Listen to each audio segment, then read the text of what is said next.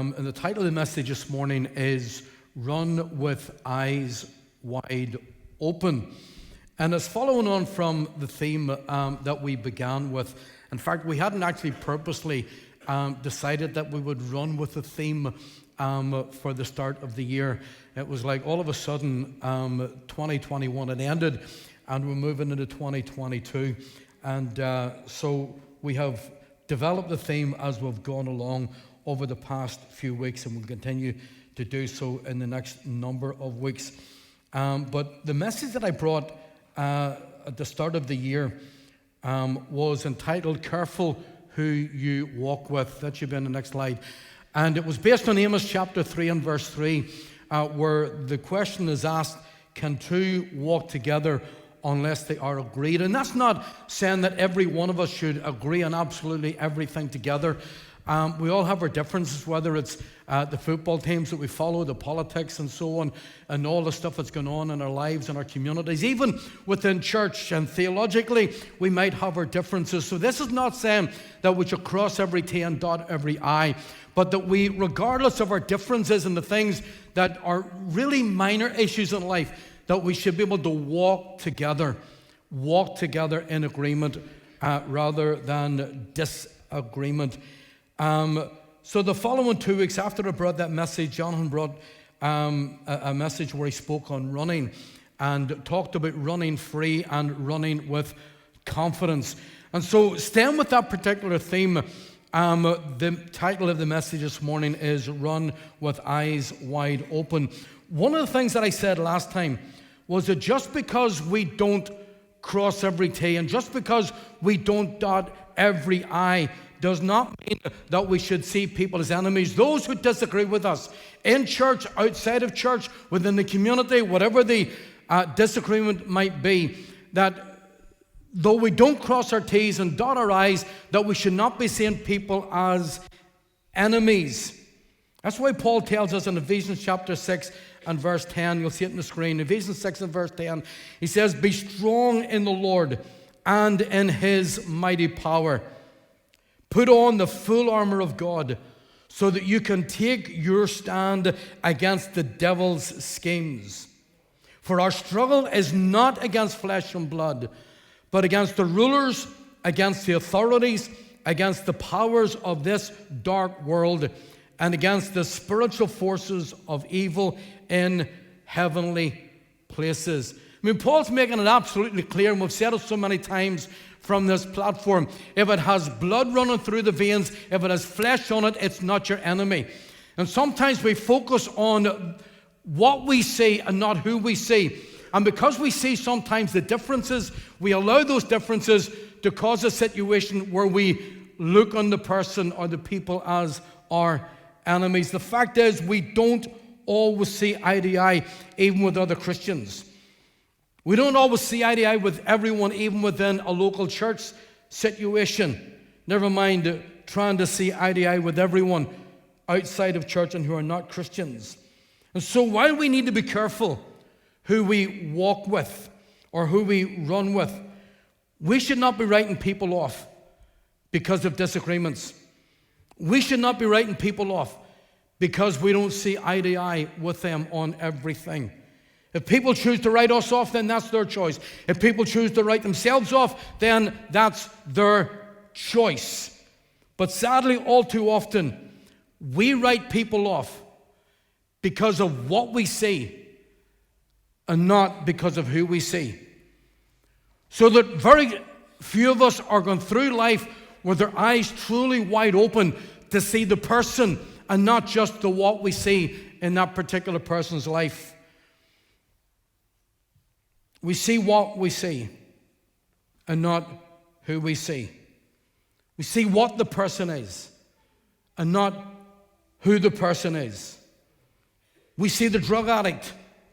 Unless you're, of course, the mother or the father, then you still see your son or your daughter, regardless of what they're going through. And if you're a mother or a father today and you have a son or a daughter and they're struggling with drugs and other issues, then you need to pursue the fact that that is still your son and your daughter. Don't ever lose sight of that. Still your son and still your daughter. You got to see the person for who they are. Let everyone else look on them for what they are, because if that's the choice that people make, then that's where they're going to be stuck at.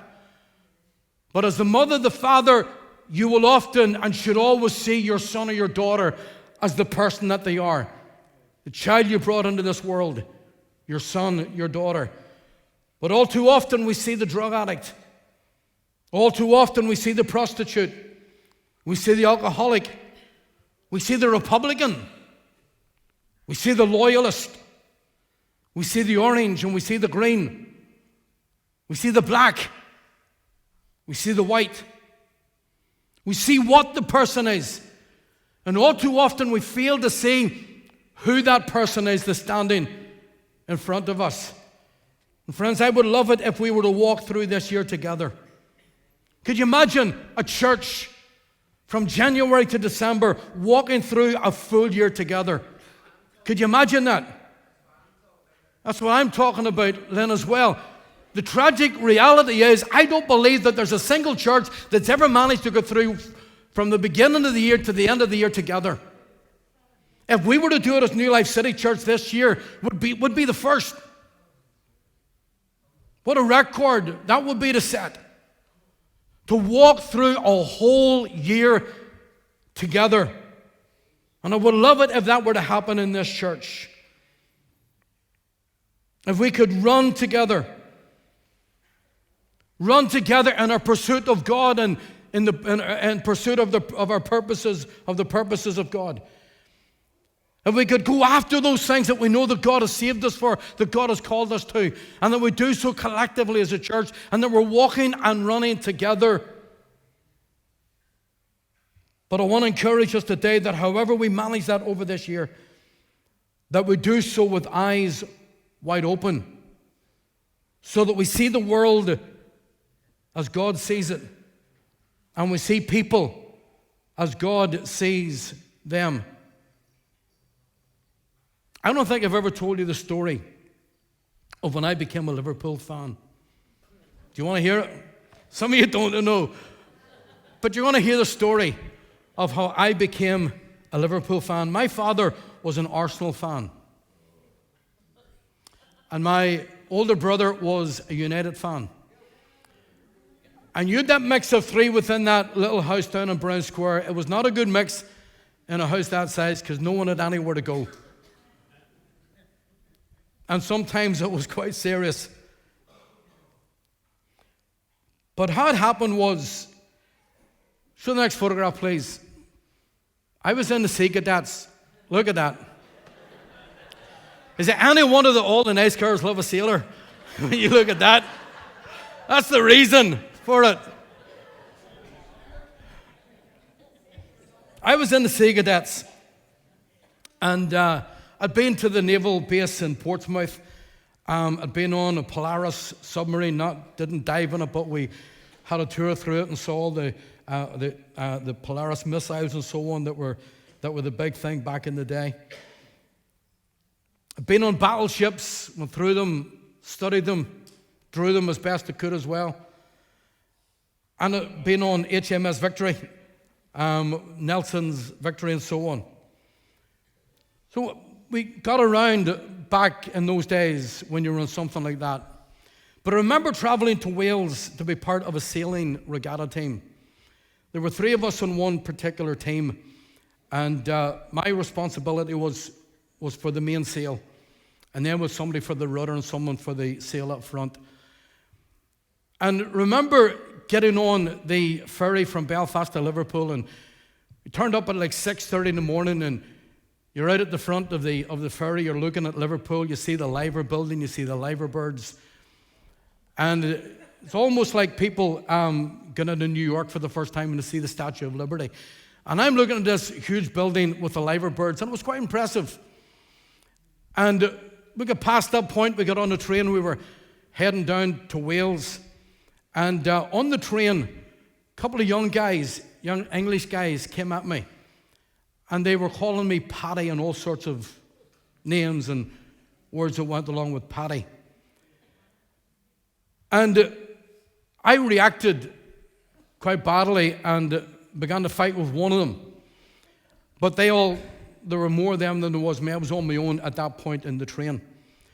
But then there were a number of older guys came along. They were on another Sea Cadet team from Liverpool. They were older. And they immediately got involved, and they came to my rescue. And I don't know whether they were Liverpool fans or Everton fans, but they were from Liverpool, and that's all that mattered. And they came to my rescue at that particular time. And those 2 moments of sailing into Liverpool and being rescued by these guys from Liverpool on the train was enough to switch me on to Liverpool, plus the fact that the Beatles came from Liverpool, as did many other great bands and singers. And so it was from that moment that I became a Liverpool fan. That's what really switched me on to Liverpool. And I became a fairly decent fan of Liverpool beyond that. And the point that I want to make is that on that particular train, the guys who came at me did so because of what they heard. They heard an accent, and that was enough. They heard an accent. They saw what they saw what they wanted to see, and they heard what they wanted to hear, and that was enough. And sadly, all too often, we judge people on what we see and not on who we see. We judge people on what we hear and not the person who's standing before us.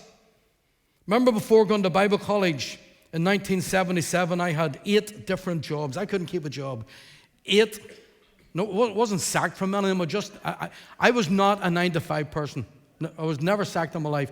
I was not a 9-to-5 person. I just couldn't stick being in one place at one time.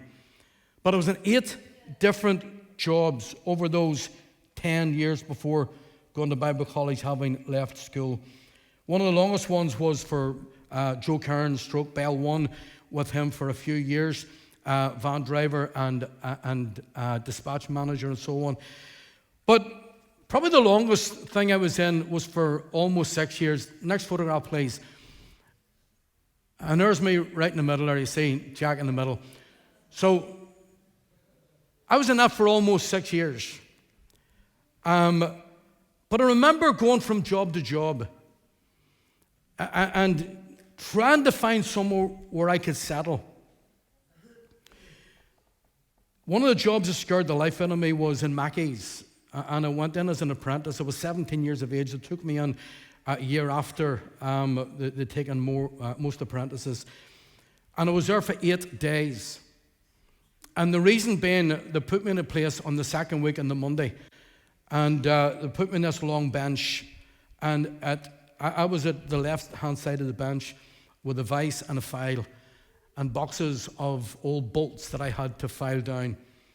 Getting well paid for it, because you get paid for every bolt that you filed and so on, but you were counting them as you filed them. And the day just crawled past.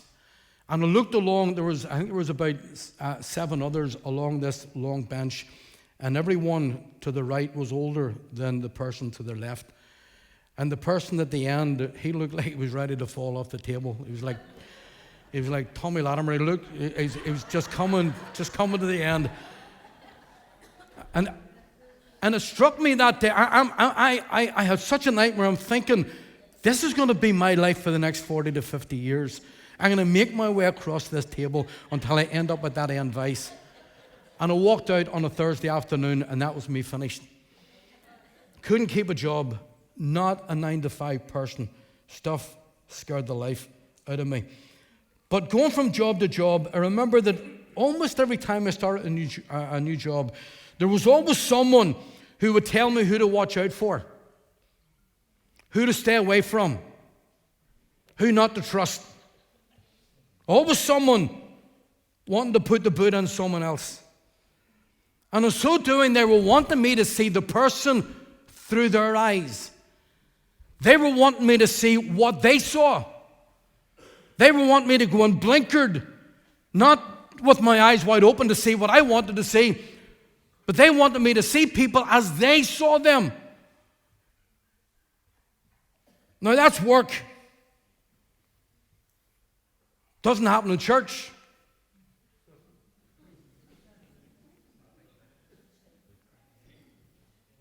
You see, we expect this attitude at work. We don't expect it at church. But I remember a few weeks before going to our first church, we'd finished our 2 years at Bible college, we're heading to our first church. And about 2 weeks before going to that church to be inducted into it, one of the church elders contacted me and invited me to his home for tea on a Wednesday night. And off we went. I'll not tell you what that church was, because I don't want to talk about places. But off we went to that particular elder's home that night. And we had tea and sandwiches, nice little cups, and saucers and so on. But as we chatted, it got to the point where the elder and his wife began to talk to us about one of the previous pastors. And how that previous pastor would often come to them with his concerns. And how that one night he even cried in their living room. And the elder's wife said, could you imagine that? A pastor sitting in a member's house of his church and crying? And I knew that night that if ever I needed someone to talk to, it would never be them. They went on from that to begin to name people in the church that we had not met, that we didn't know. And they started to tell us about Mrs. So-and-so and this person and that person, who we should watch out for and who we shouldn't trust. See, it does happen in church. It doesn't just happen in workplaces. It happens in church. And so I left that home knowing that night that if there were anyone in that particular church that I could never trust, it were the two people I just had tea and coffee with.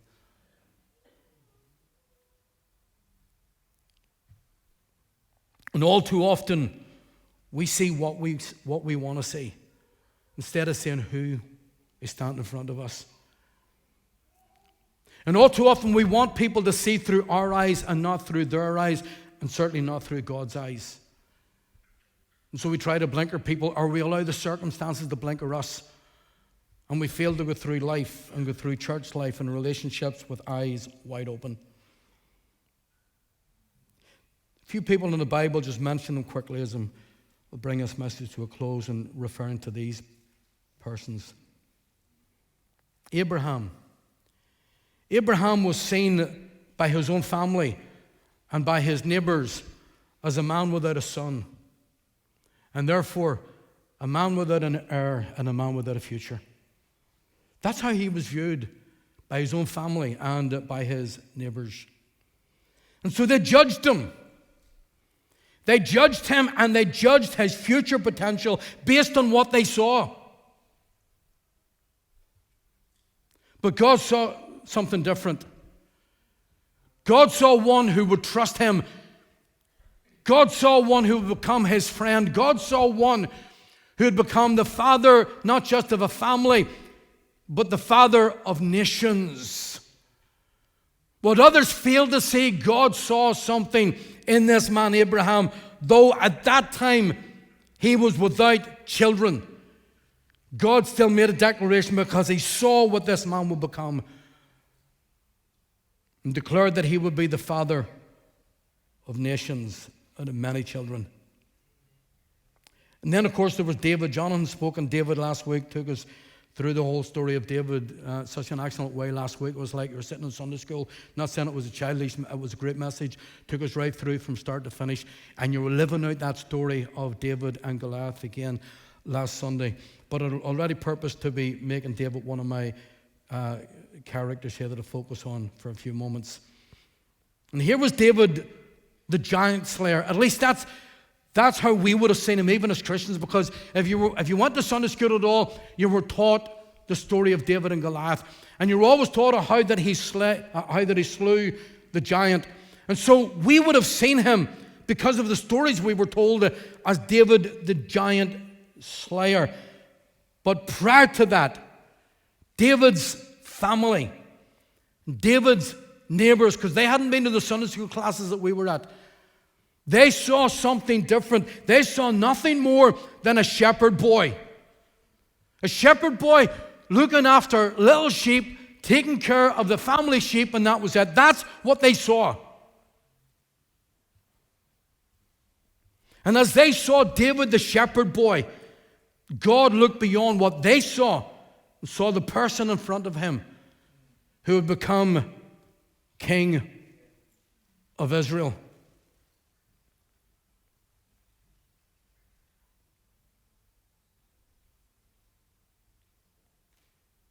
It's amazing how that we focus in on what we see. And then we judge people on the basis of what we see.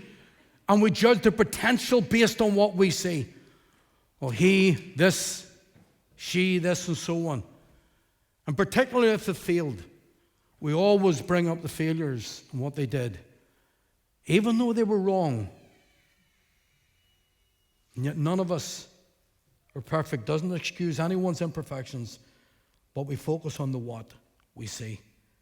This is what David's family did. It was highlighted whenever David brought lunch to his brothers. They were at the battlefield. Well, they were talking a good talk, as we heard last week, singing a good song, but nothing much was happening on the battlefield. There was Goliath, the giant, taunting the armies of Israel. The Israeli army, imagine. I mean, could you imagine some of the Israeli forces today standing in the battlefield listening to Goliath? He'd have been taken out in a few moments.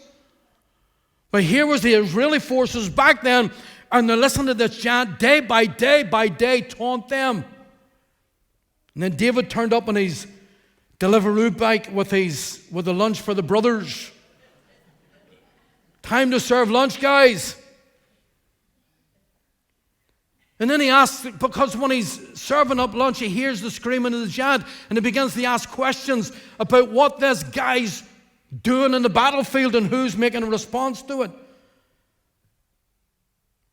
And then his older brothers, who we heard last week, taunted David. And he said to David, with whom did you leave those few sheep in the wilderness? You come down only to watch the battle. As if there was one taking place. And there's this put down. You're a shepherd boy. That's what I see. You're a shepherd boy. Why are you here? Why are you not back looking after those few sheep? They saw David as the shepherd boy. But God saw something different. God saw a warrior, and God saw a king. And that's what God was going to bring out of this young man. Samuel, let me take a moment with Samuel, young Samuel. Samuel was in the temple with Eli and with others. But the problem was that Eli and the others in the temple, they saw Samuel as nothing more as the little temple boy who'd been left there by his mom. And his responsibilities were to tidy up around the temple, put the chairs out, put the chairs away, light candles, put the candles out, keep everything in order, look after the temple, tidy it up. That's what they saw. Just a little temple boy.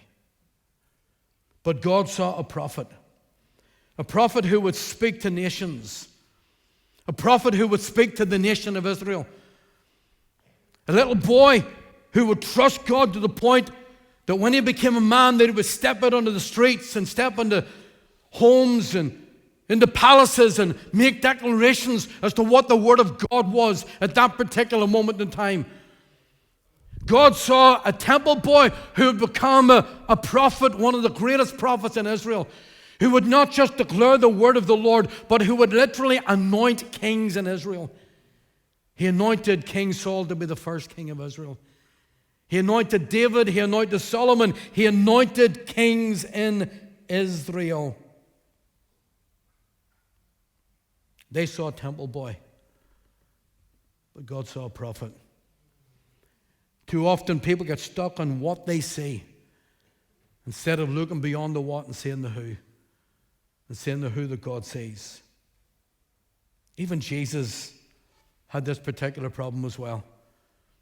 He was seen by many as nothing more than the son of a carpenter. Is this Joseph's son? Is this who this is? And some often saying it with the put down. How can he be doing these things? How can he be talking this way? This is nothing but Joseph's son standing in front of us. And then the religious Pharisees, they would have come down on it as well, trying to remind people as to the background of Jesus and the family situation that he was brought up in. We want college, we went to university, we were schooled, we were educated. We're the teachers of the law. We're the ones who dress the way that we dress. We're the ones who stand before the people. This is just the son of Joseph the carpenter. And then God spoke one day when Jesus was baptized, and he says, "This is my son. You need to listen to him." See, they saw what they wanted to see. God saw his son that had come into the world to do such an incredible thing. And yet, these comments were coming from people who claimed that they were being careful who they walked with, people who claimed that they were running after the right things, because these were, many of them, the religious people, the religious leaders, and they would have made these claims. We are walking right before God. We are walking right before the people. We are running after the things of God. At least that's what they thought of themselves. And they would have made those claims about themselves. And yet here they were, putting Jesus down. See, sometimes we can make the claims. Sometimes we can talk good talk and sing a good song.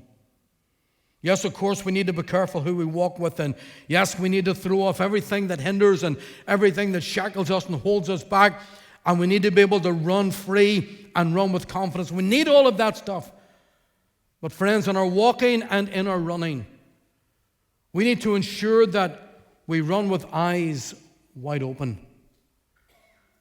And we need to be sure that we see each other and we see others as God sees us. We may never see eye to eye in everything, as I said at the start.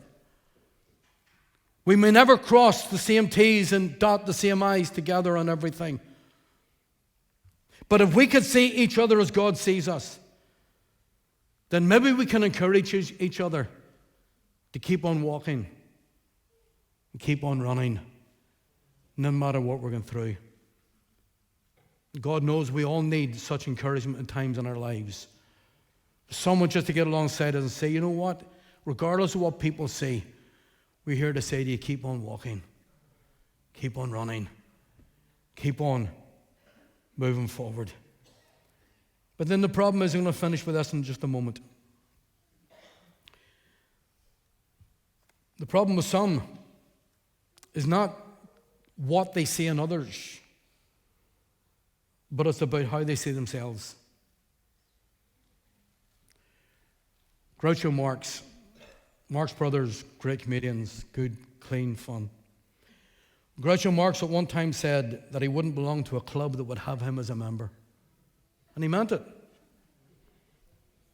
He wouldn't belong to a club that would have him as a member. That's how he saw himself. See, people saw the comedian, the actor, and he sees the real person. He knew the kind of person that he was.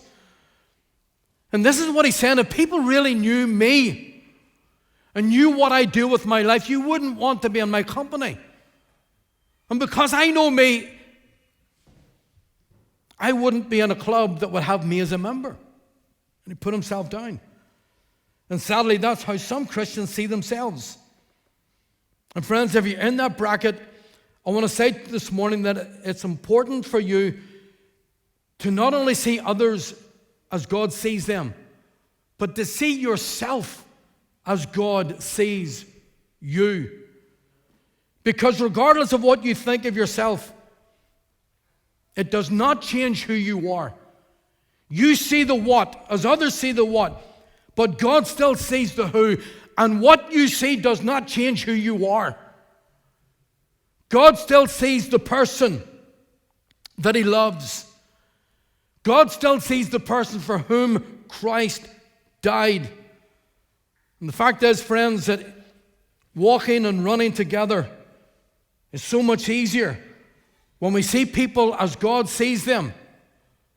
But it begins with you seeing yourself as God sees you. Don't put yourself down. Don't write yourself off. God created you in His image and in His likeness.